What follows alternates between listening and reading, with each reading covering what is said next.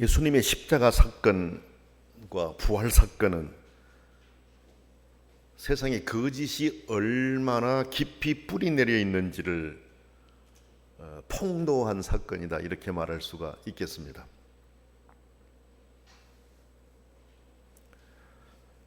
왜냐하면 예수님의 십자가 사건과 부활 사건 모두 거짓이 개입했기 때문에 그렇습니다. 그 대신에 예수님께 일어난 일들은 거짓과는 다른 참된 사건임을 세상으로 알게 하시면서 그 참된 사건을 통해 인류에게 구원의 길이 열렸음을 선포하신 사건입니다. 우리가 읽고 들어서 아는 것처럼 예수님의 십자가 사건은 거짓으로 꾸며서 죄가 없으신 예수님을 죄인으로 만들어 십자가에 달았습니다. 성경을 수도 없이 읽고 들으면서 알았던 내용들 아닙니까? 아무런 죄가 없는데 죄가 없는 사람을 죄인으로 만들려고 하니까 거기에 여러 가지가 작용하는 것을 우리가 알 수 있습니다. 죄 없으신 분을 죄인으로 만들기 위해서 거짓 증인을 세웠습니다. 그런데 여러분, 당시 유대 나라 통치하던 그 법적인 최고 책임자였던 빌라도, 물론 이 빌라도는 유대 사람은 아니고 로마 사람인데 유대가 로마의 식민지였기 때문에 유대 그 로마에서 파견된 총독이었어요. 그러니까 실질적인 최고 법적 책임자였다, 이렇게 보면 됩니다. 이렇게 법적 최고 책임자였던 빌라도는 예수님에게서 아무런 죄를 찾지 못했습니다. 빌라도가 알았던 것은 유대인들이 시기 때문에 시기심으로 예수님을 넘겼다라는 사실, 이건 확실하게 알고 있었습니다. 자기 입으로도 그렇게 시인을 했습니다. 그렇게 말을 했습니다. 죄는 없다. 그런데 내가 보니까 순전히 시기심 때문이다. 시기가 작동해가지고 이렇게 넘겼다, 이렇게 말을 했습니다. 이런 거대한 거짓의 힘 앞에 예수님이 처음에는 굴복하신 것처럼 보였습니다. 왜? 죄인처럼 십자가에 달려 처형되었기 때문에 그렇습니다. 그러나 그 거짓의 힘은 오래가지 못했습니다. 일시적이었습니다. 왜냐하면 예수님의 부활로 인해서 거짓을 짓밟아버리고 승리했기 때문에 그렇습니다. 거짓을 행한 사람들은 자기들의 거짓이 끝까지 갈 줄로 알았죠. 모든 것들이 다 감춰지고 오직 자기들이 행했던 것, 이것이 옳다라고 세상에 증명되는 것처럼 그렇게 생각했을 것입니다. 그러나 결코 그렇지를 않았습니다. 그런데 여러분, 이 거짓, 예수님을 십자가에 달 때 작용했던 이 거짓은 예수님의 부활 이후에도 버젓이 움직이고 있었습니다.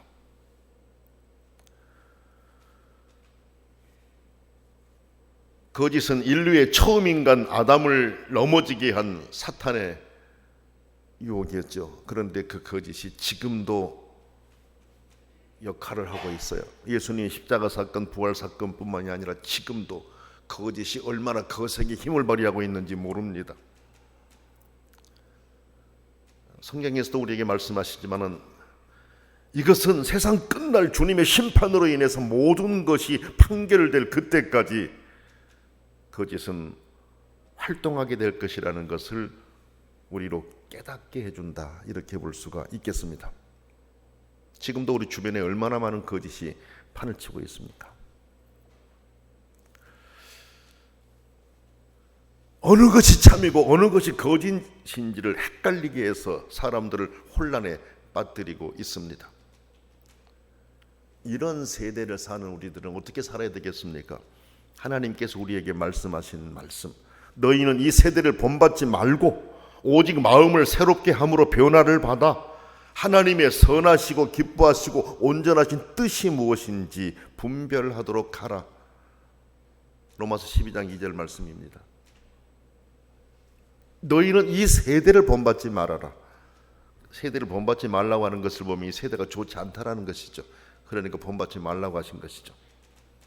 오직 마음을 새롭게 함으로 변화를 받아서 하나님의 선하시고 기뻐하시고 온전하신 뜻이 무엇인지 분별하도록 하라고 하신 하나님의 말씀을 마음에 새기고 부활하신 주님을 바라보며 부활의 증인된 삶을 살아갈 수 있어야 하겠습니다. 이 세상에 살기 때문에 분리되어 살 수는 없습니다. 그러나 구별되어 살아갈 수는 있습니다. 여러분이 아신 것처럼 분리와 구별은 다르지 않아요. 분리는 완전히 그곳을 떠나버린 것이지만 구별은 거기에 있으면서 다르게 살아가는 것이지 않습니까?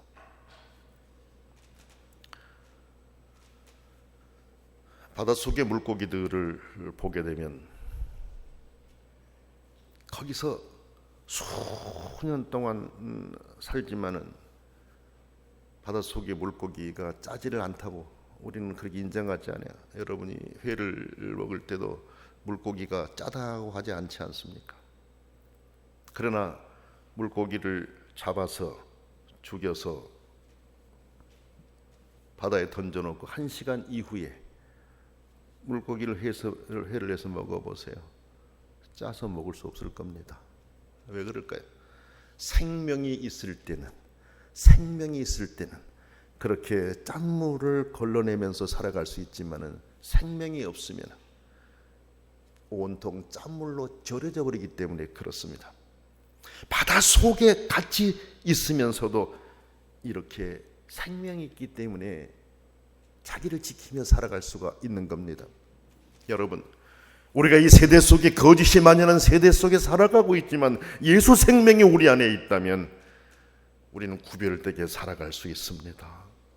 함께 살면서도 그리스도가 주신 생명을 가지고 하나님의 자녀로서 다르게 살아갈 수 있다라고 하는 말씀입니다. 우리는 부활하신 주님을 바라보고 부활의 증인된 삶을 확실하게 살아갈 수 있어야 되겠어요. 예수님이 부활을 선물로 주신 것은 우리에게 부활이 있음을, 우리에게 구원의 영원한 하나님의 나라가 있음을 알려주시면서 부활의 증인된 삶을 살라고 명하신 하나의 소중한 일입니다. 오늘 말씀은 예수님의 부활 직후의 거짓과 참회 활동에 관해서 말씀하고 있습니다. 예수님은 죽음을 이기고 부활하셨습니다. 세상에 그 어떤 것이 예수님의 죽음을 가둘 수 없었기 때문에 예수님은 죽음을 이기시고 부활하셨습니다. 세상은 죽음으로 예수님의 사역을 멈추려고 했고 예수님은 죽음을 이기고 생명을 주시려고 오셨기에 서로 충돌할 수밖에 없었습니다. 그렇죠. 세상은 예수를 죽여서 예수의 사역을 멈추려고 했잖아요. 그러나 예수님은 죽음을 이기고 생명을 주어 인류를 구원하려 오셨기 때문에 엄청난 충돌이 일어났던 것이죠. 하지만 예수님은 부활하심으로 진리의 궁극적인 승리를 알리셨고 그분의 부활을 믿는 이들에게 생명을 주셨습니다. 그런데 여러분, 오늘 말씀 보면 첫째로 이 엄연한 예수님의 부활 승리 앞에 거짓이 승복하려고 하지를 않았습니다. 11절에서 15절에 보면 나옵니다. 왜 여러분 거짓이 엄연한 부활의 승리 앞에 승복하려 하지 않았을까요? 그렇게 하는 것이 거짓의 속성이기 때문에 그렇습니다. 거짓을 행하는 사람들은 그 거짓을 막기 위해서 또 다른 거짓을 짜냅니다. 만들어냅니다. 때로는 확실한 증거가 있는데도 그 증거마저 부정하면서 버텨보려고 합니다. 오늘 말씀에 나타난 거짓말쟁이들이 바로 그렇습니다. 거짓말쟁이들이 그래요. 예수님의 부활 아침 무덤을 찾은 여인들은 엄청난 사건을 경험하며 부활의 소식을 들었습니다. 6절에 나오죠. 28장 6절. 그리고 여러분요, 부활을 찾은 여인들만 엄청난 사건을 경험한 게 아니었습니다. 무덤을 지키던 자들도 엄청난 사건을 경험했어요. 무서워 떨며 죽은 사람과 같이 되었습니다. 그곳이 바로 부활의 현장이었습니다.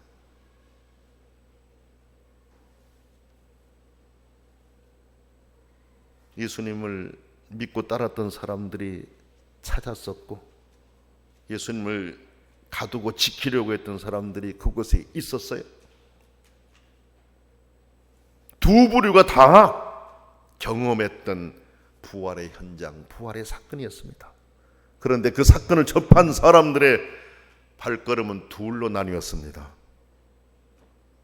성경을 보니까 여인들은 예수님의 부활을 알리기 위해서 달렸고, 무덤을 지키는 자들은 거짓을 모의하던 자들을 향해 달렸습니다. 8절과 11절 말씀을 보세요. 그 여자들이 무서움과 큰 기쁨으로 빨리 무덤을 떠나 제자들에게 알리려고 다름질할세. 이렇게 됐죠. 11절 말씀 보세요. 여자들이 갈 때 경비병 중 몇이 성에 들어가 모든 된 일을 대제사장들에게 알리니 이랬습니다. 그렇죠.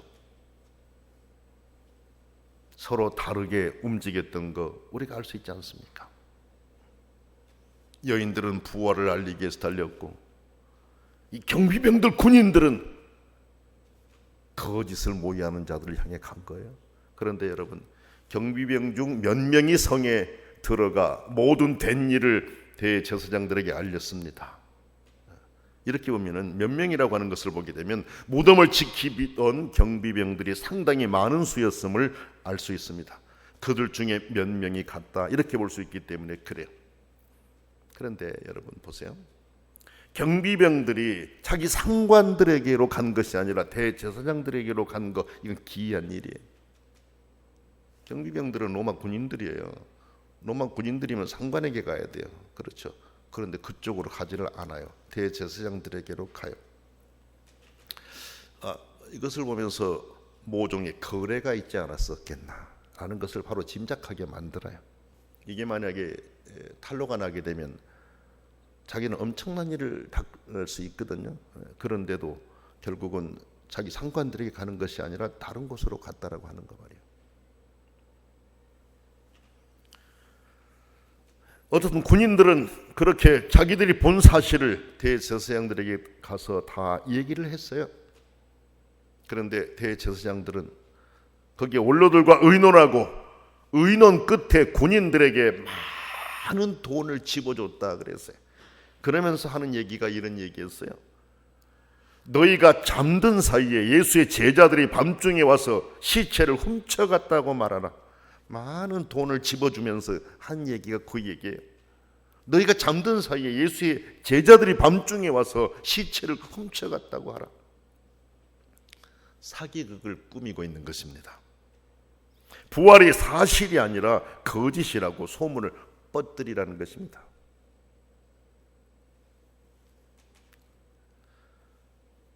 여러분 보세요.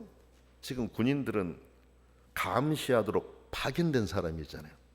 그런데 그 임무를 제대로 감당하지 못해서 자기들이 지켜야 할 그 시체를 도둑 맞았다고 설명하라는 거, 이건요 그들 자신에 대한 사형 선고에 동의하라는 요구와 다를 바가 없습니다. 거기 간 사람들의 사명은 지키는 게 사명이었잖아요. 근데 지키지를 못해서 도둑 맞았다라고 그걸 설명하고 인정하라는 건데, 이거는 사형 선고에 동의하라는 말밖에 안 돼요. 그렇지 않습니까, 여러분? 그래서 이들이 이제 두려울 걸 알고 후환을 자신들이 책임지겠다는 식으로 말을 하잖아요. 여러분 거기 한번 보세요. 14절에 만일 이 말이 총독에게 들리면 우리가 권하여 너희로 근심하지 않게 하리라 하는 것이죠.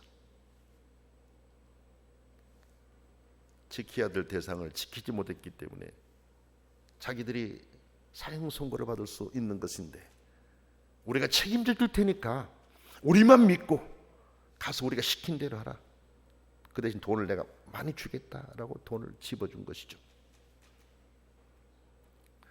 그래서 군인들은 돈을 받고 시키는 대로 거짓을 말했습니다. 소문이 유대인들에게 퍼져서 전해졌습니다. 그런데 여러분, 거짓을 꾸미려고 한 이 사람들의 말에 또 다른 거짓이 들어있어요. 거짓은 그런 거예요. 왜 제가 이런 말씀을 드리냐면, 우리가 잘 때에 예수의 제자들이 밤에 와서 예수의 시체를 도둑질해 갔다 이렇게 말을 하고 있거든요. 여러분 보세요. 여러분 벌써 눈치챘을 거예요. 잠든 사람이 어떻게 제자들이 온 줄 알겠어요? 그렇지 않습니까? 잠든 사람이 어떻게 제자들이 와서 그런 일을 했다라는 것을 알 수 있겠느냐라는 거죠. 누군가가 와서 훔쳐갔다라고 말할 수는 있을지 모르겠어요. 없어졌으니까, 그죠? 사라졌으니까 누군가가 그런 일을 했다 이렇게 말할 수는 있겠죠. 그렇지만 보지 않았으면서 제자들이 와서 그렇게 했다라고 말하는 거, 거짓말을 하고 있다는 증거가 되는 거예요. 그럼 그렇지 않습니까? 보지 못했으면서 사람을 특정하는 거, 이것이 거짓이에요. 거짓은 그래요. 거짓은 아무리 참인 것처럼 꾸민다고 할지라도 언젠가는 들통나게 되어 있는 거예요. 거짓은 참과 같을 수가 없기 때문에 그렇습니다. 우리는 여기서 또 한 가지를 생각해 볼 수 있어요. 뭐냐? 예수님의 십자가 사건에도 돈이 개입되었었는데 예수님의 부활 사건에도 돈이 개입되어 있다라는 거예요. 그렇죠? 예수님이 십자가에 달리셔야 된 거 돈에 팔리잖아요. 가론이다 돈에 팔리잖아요. 예수님 부활 거짓으로 막으려는데 돈이 개입되어 있잖아요.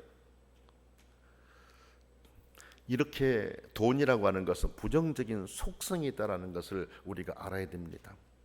돈은 사람을 망치기도 하고 사람을 죽이기도 해요. 그래서 성경을 보면 돈이 일만하게 뿌리다라는 말씀도 하셨잖아요.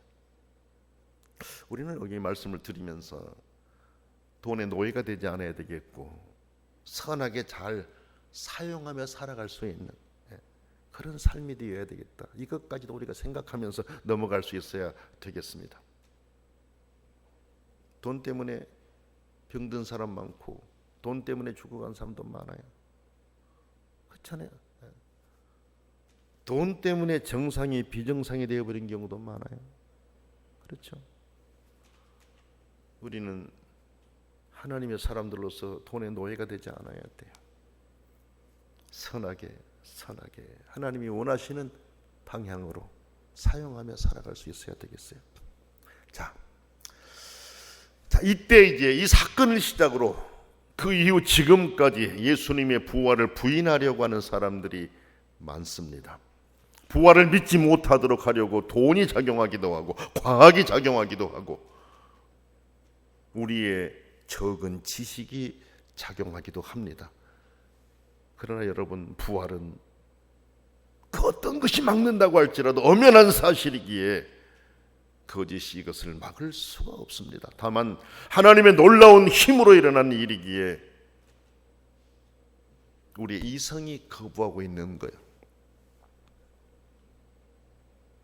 우리 이성이 모든 것을 다 행할 것처럼 생각하지만 절대 그렇지 않아요.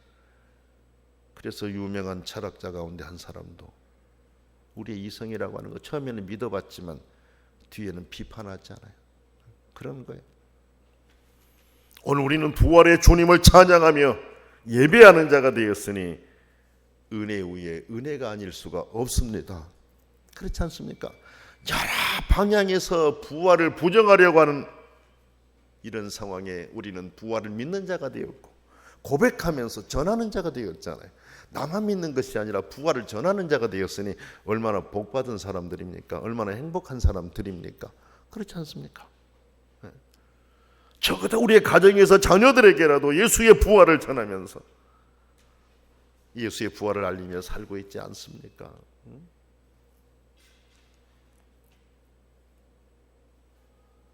부활날을 기다리면서 우리 여전도 회원들이 모여가지고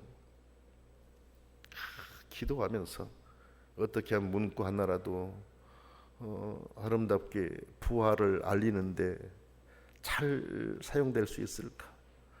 그렇게 하면서 막 기도하면서 나가면서 어떻게 하면 우리 자세가 예수의 부활을 전하는데 아름다운 모습으로 보일까? 이런 고민들 하며 나간 모습을 볼 때 너무나도 귀하고 그렇게 아름다울 수가 없었어요. 얼마나 큰 복입니까? 저도 복이고 여러분도 복이고. 할렐루야. 아멘. 우리는 부활을 믿는 사람들이고 부활의 증인들이기 때문에 너무 귀해요. 두 번째 말씀은 부활하신 예수님은 제자들에게 부활의 증인이 되라는 사명을 주셔서 16절 20절에 나옵니다. 예수님의 부활의 전에 그 누구도 경험해 못한 사건이었기에 제자들 사이에도 아직 의심하는 자가 있었다 그랬어요. 죽은 자가 살아나는 일은 있었지만 부활하신 예수님과는 달라요. 그렇죠? 나사로가 다시 살아나는 게 부활하신 예수님과 같을 수가 없어요. 예수님의 부활은 단순히 죽음에서 살아난 것만이 아니라 신령한 모습으로 변화된 부활이었기 때문에 그렇습니다. 장차 영원한 나라에서 살게 될 그 몸으로 다시 사신 것입니다. 그래서 예수님을 부활의 첫 열매라고 하셨어요. 이것은 하나님의 나라에서 우리가 변화되어 살게 될 그 모습입니다. 부활하신 예수님은 친히 먼저 갈릴리로 가셨고 11 제자가 갈릴리에 가서 예수님이 지시하신 산에 이르러 예수님을 배웁고 엎드려 절했습니다. 성경을 보니까 아직도 의심하는 자가 있다 그랬잖아요. 여기 의심이라고 하는 단어는 한 번 또 쓰였어요.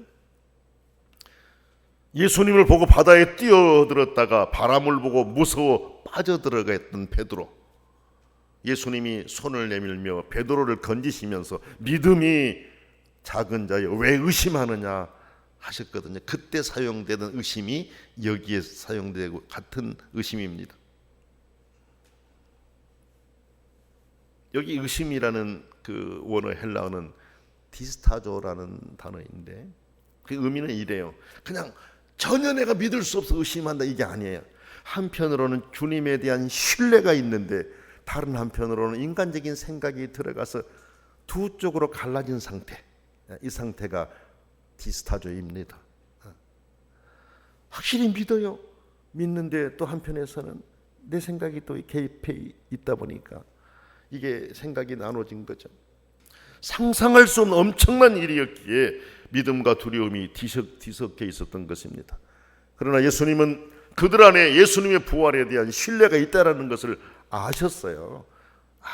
그래서 선교 사명을 맡긴 것이잖아요.